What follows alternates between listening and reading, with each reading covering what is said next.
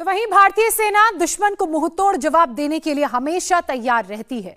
पड़ोसी मुल्क चीन और पाकिस्तान की हर नापाक हरकत पर भारतीय सेना की नजर बनी रहती है। एलएसी और एलओसी दोनों ही मोर्चों पर भारतीय सेना को और मजबूत किया जा रहा है। श्रीनगर एयरबेस पर MiG-29 की स्क्वाड्रन को तैनात कर दिया गया है।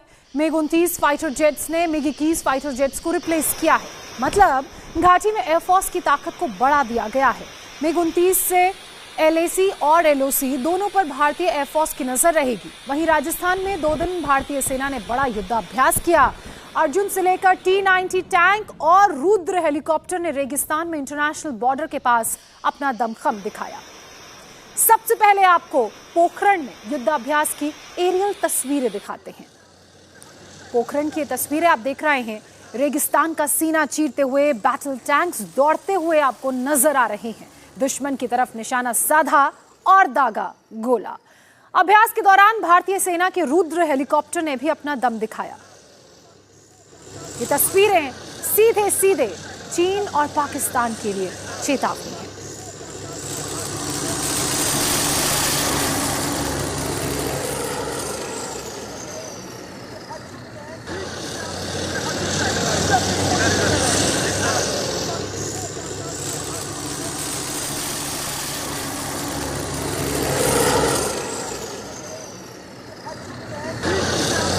पोखरण से ये तस्वीरें आप देख रहे हैं।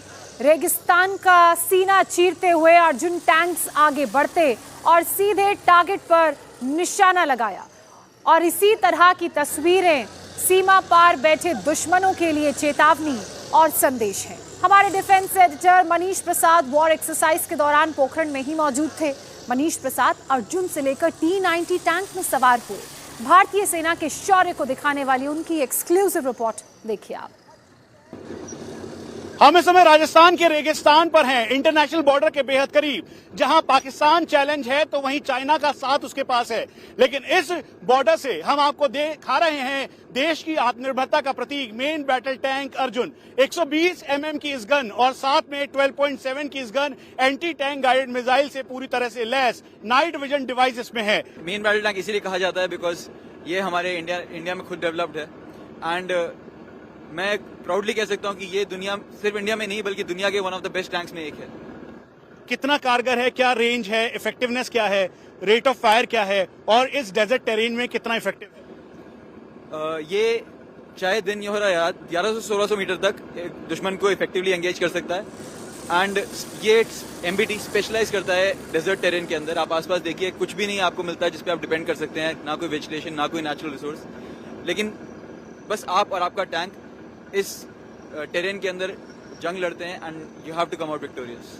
हम आपको ये भी बता दें कि इफेक्टिवली ये दुश्मन के खेमे को एंगेज करने के लिए देश की आत्मनिर्भरता वाली ताकत है। आज ये स्वतंत्रता दिवस का मौका है, आप क्या कहना चाहेंगे उन सभी लोगों को जो आपकी तरफ देख रहे हैं, देश की तरफ देख रहे हैं भारतीय? मैं बस यही कहना चाहूंगा कि जो भी आप काम कर रहे हैं, आपका कुछ ना कुछ एफर्ट जा रहा है एंड आप हेल्प कर रहे हैं आप इस देश को बढ़ने में। सो आप उसी काम को दिल और लगन से करिए और बाकी रिजल्ट आपको अपने आप मिलता रहेगा। लाइन ऑफ एक्चुअल कंट्रोल से लेकर इंटरनेशनल बॉर्डर तक और लाइन ऑफ कंट्रोल तक इस समय T-90 भीष्म टैंक हर जगह तैनात हैं। 16,000 फीट की हाइट हो या फिर 50 डिग्री से ऊपर वाला ये मरुस्थल, इनकी तैनाती इसलिए की गई है क्योंकि दूसरी तरफ पाकिस्तान है, जहां पर चीन के सपोर्ट से नए टैंक्स आए हैं, जहां पर सीपेक लाइन के आड़ में चीन पाकिस्तान की पूरी मदद कर रहा है। और इसके दूसरी तरफ पाकिस्तान में है स्ट्रेटेजिक डेप्थ, जहां पर न्यूक्लियर इंस्टॉलेशन से लेकर कई अलग अलग जो उपकरण हैं पाकिस्तान ने इकट्ठा कर रखे हैं। इसलिए ये भारतीय सेना की टैंक वाली तैयारी है। यह है भारतीय सेना के T-90 टैंक्स, जिनको इस समय इंटरनेशनल बॉर्डर पर तैनात किया है। पोखरण फील्ड फायरिंग रेंज में यहां पर पूरी एक्सरसाइज की जा रही है। 125 mm की इसकी गन है, जिसकी रेंज करीबन 5 किलोमीटर है। 12.7 एंटी एयरक्राफ्ट गन इसमें लगा है।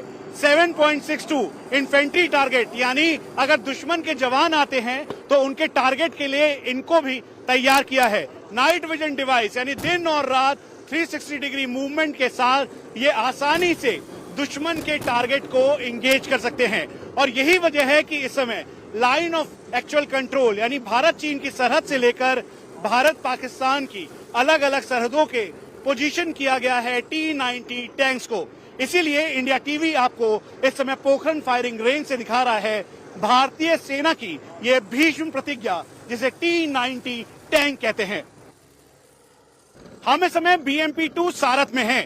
इन्फेंट्री को अगर क्वीन ऑफ बैटलफील्ड कहा जाता है तो किंग ऑफ वॉर टैंक्स यानी आर्मर्ड रेजिमेंट कहा जाता है। और इन्फेंट्री और किंग ऑफ वॉर का अहम हिस्सा है ये BMP-2 सारथ। इस समय हम इस रेगिस्तान में हैं जहां पर इस BMP जिसमें गनर, ड्राइवर और कमांडर के साथ कुल मिला के 7 और जवान अपने बैटल लोड के साथ इस बख्तरबंद गाड़ी इन्फेंट्री कॉम्बैट व्हीकल BMP-2 सारथ में बैठ सकते हैं और आसानी से एक जगह से दूसरी जगह जा सकते हैं। दुश्मन के खेमे को ध्वस्त करने की काबिलियत है। हम इस समय पोखरण फायरिंग रेंज में, ये BMP-2 सारथ है। इसमें 30 mm की गन लगी है। इसके अलावा इसमें 7.62 है और anti tank guided missile Concor भी है। क्या नाम है आपका और कितनी तैयारी के साथ आप यहाँ पर ये ट्रेनिंग कर रहे हैं, फायर एक्सरसाइज कर रहे हैं? मैं नायब सूबेदार नेमी सिंह हूँ और सबसे पहले तो इंडिपेंडेंस डे के ऊपर सभी का हार्दिक अभिनंदन। हम हर समय, हर वक्त, हर एक प्रकार के ट्रेंड के अंदर समय समय पे ट्रेनिंग करते रहते हैं। उसका कोई समय नहीं है, हमारा कोई टाइम पीरियड नहीं होता है, कभी भी कर सकते हैं। और ये कौन कौन सी गन है, कितनी इफेक्टिव है? सर ये BMP-2 है जो मैकेनाइज्ड इन्फेंट्री के पास में है, तो इसके अंदर 30 mm कैनन गन लगी हुई है जो 3.5 किलोमीटर 4 किलोमीटर तक दुश्मन का जो सॉफ्ट स्किन व्हीकल टारगेट है उसको बर्बाद कर देता है। इसी के साथ यहाँ पे कॉन्कोर्स M मिसाइल माउंटेड या लोडेड रहता है जो कि दुश्मन के टैंक टारगेट है उसको 4 किलोमीटर तक बर्बाद करता है।